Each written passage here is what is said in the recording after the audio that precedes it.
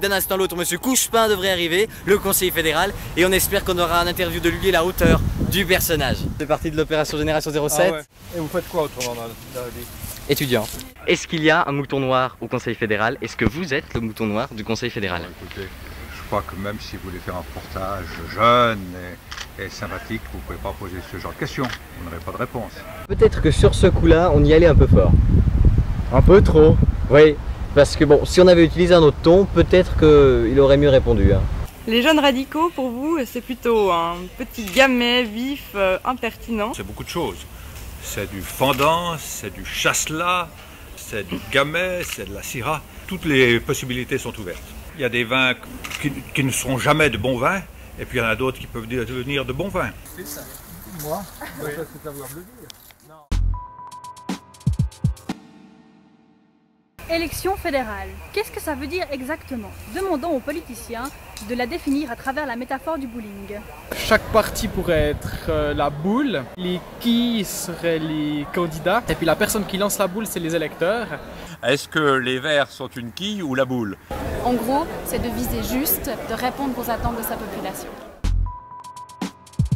Les socialistes veulent retirer les armes d'ordonnance des foyers suisses.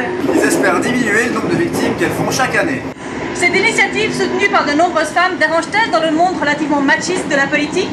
Les femmes sont un peu plus sensibles à cette question parce qu'elles se rendent bien compte qu'un fusil à la maison, pour leurs enfants, c'est pas génial. Pour elles, dans un cas de conflit conjugal très très violent, c'est pas génial. C'est quand même une menace dans leur foyer. L'arme, c'est un instrument de l'homme, pas de la femme. Eh ben ouais, il y a certains hommes qui ont besoin d'un flingue pour se sentir puissants.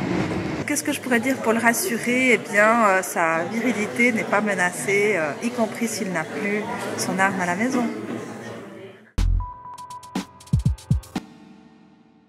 Si tu avais un coup de gueule à pousser aux politiques, ce serait lequel? Ce serait qu'il faudrait qu'ils regardent moins leur apparence et puis qu'on puisse un peu plus voir leurs idées. Démagogie? Oui, démagogie. Mensonge qui fait plaisir.